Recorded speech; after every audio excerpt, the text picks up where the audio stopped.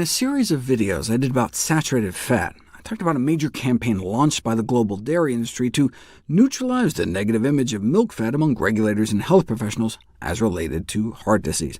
That campaign continues to this day, with the publication of a meta-analysis demonstrating neutral, meaning non-harmful, associations between dairy products and cardiovascular disease and death. OK, well, first of all, how do we know the dairy industry had anything to do with this study? Well, it was published in a journal that forces authors to disclose financial conflicts of interest. Let's see what they divulged. Dairy, the fourth largest dairy company in the world, dairy, milk, beer, soda, McDonald's, dairy. Oh, and the study itself was explicitly funded by dairy. OK, then. The other big new one was this, suggesting that a little bit of cheese every day isn't just neutral, but actually good for you.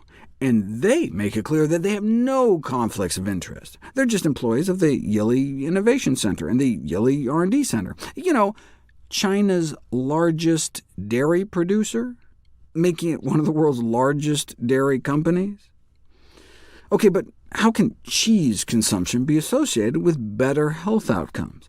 Well, most of these studies were from Europe, where cheese consumption is associated with a higher socioeconomic status. See, in Europe, they're not eating Cheese Whiz and Velveeta. Cheese is generally an expensive product, and so who eats cheese? Those with higher-paying jobs, higher socioeconomic strata, higher education levels, all of which are associated with better health outcomes, which may have nothing to do with their cheese consumption. Higher socioeconomic groups also consume more fruits and vegetables, and more candies. So I bet you could do a population study and show candy consumption is associated with better health. Shh, don't tell the National Confectioners Association. Too late.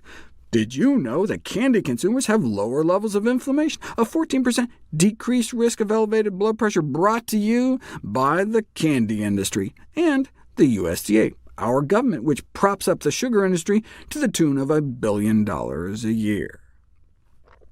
It's like when our tax dollars are used to buy up surplus cheese.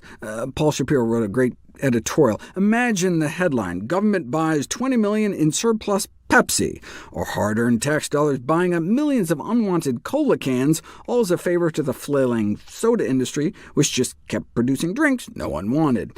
As outrageous as such a government handout to the soda industry would be, that's exactly what the USDA is doing for the dairy industry. Michelle Simon did a great report on how her government colludes with the industry to promote dairy junk foods. The federal government administers checkoff programs to promote milk and dairy. McDonald's has 6 dedicated dairy checkoff program employees at its corporate headquarters to try to squeeze in more cheese. That's how we got double steak quesadillas. That's how we got 3-cheese stuffed crust pizza, complete with a summer of cheese.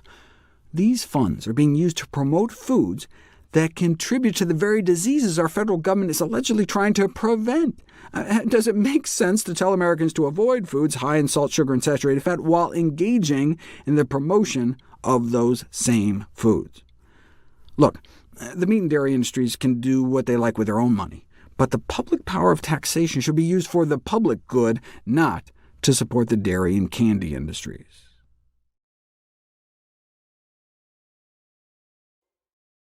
When industry-funded studies suggest their products have neutral health effects, or even beneficial, one question you always have to ask is, compared to what? Is cheese healthy? Compared to what? If you're sitting down to make a sandwich, cheese is probably healthy compared to bologna, but compared to peanut butter? No way. That's the point Walt Willett made, a former chair of nutrition at Harvard. To conclude that dairy foods are neutral could be misleading, as it could be misinterpreted to mean that increasing consumption of dairy foods would have no effects on cardiovascular disease or mortality. Lost is that the health effects of increasing or decreasing consumption of dairy foods would depend, importantly, on the specific foods that are substituted for dairy foods. Like, what are you going to put on your salad? Cheese would be healthy compared to bacon, but not compared to nuts. See, consumption of nuts or plant protein has been found to be protectively associated with the risk of coronary heart disease and type 2 diabetes. In contrast, intake of red meat, for example, has been associated with increased risk. Thus, it's reasonable to assume that the lack of association with dairy foods could put them somewhere in the middle of a spectrum of healthfulness, but certainly not an optimal source of energy or protein. More broadly, the available evidence supports policies that limit dairy production and encourages production of healthier sources of proteins and fats. He wasn't just speculating. This was based on 3 famous Harvard studies involving hundreds of thousands of men and women, exceeding 5 million person-years of follow-up.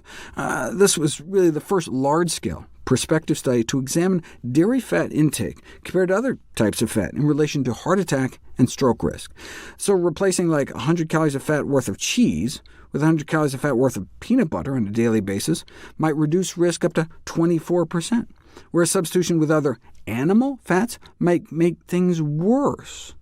Here's how it breaks down for heart disease. Swapping dairy fat for vegetable oil would be associated with a decrease in disease risk, whereas swapping dairy for meat increases risk. Dairy fat calories may be as bad or worse as straight sugar. The lowest risk would entail swapping to a whole plant food like whole grains. Yeah, dairy products are a major contributor to the saturated fat in the diet and have thus been targeted as one of the main dietary causes of, the #1 killer of men and women.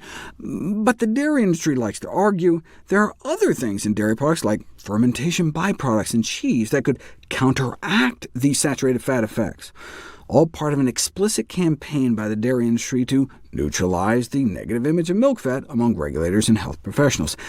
If Global Dairy Platform looks familiar, they were one of the funders of the Milk and Dairy is Neutral study, trotting out their dairy fat is counteracted notion. To which the American Heart Association responds that no information from controlled studies supports the assertion that fermentation adds beneficial nutrients to cheese that somehow counteract the harmful effects of the saturated fat. We need to cut down on dairy, meat, coconut oil, no matter what their respective industries say.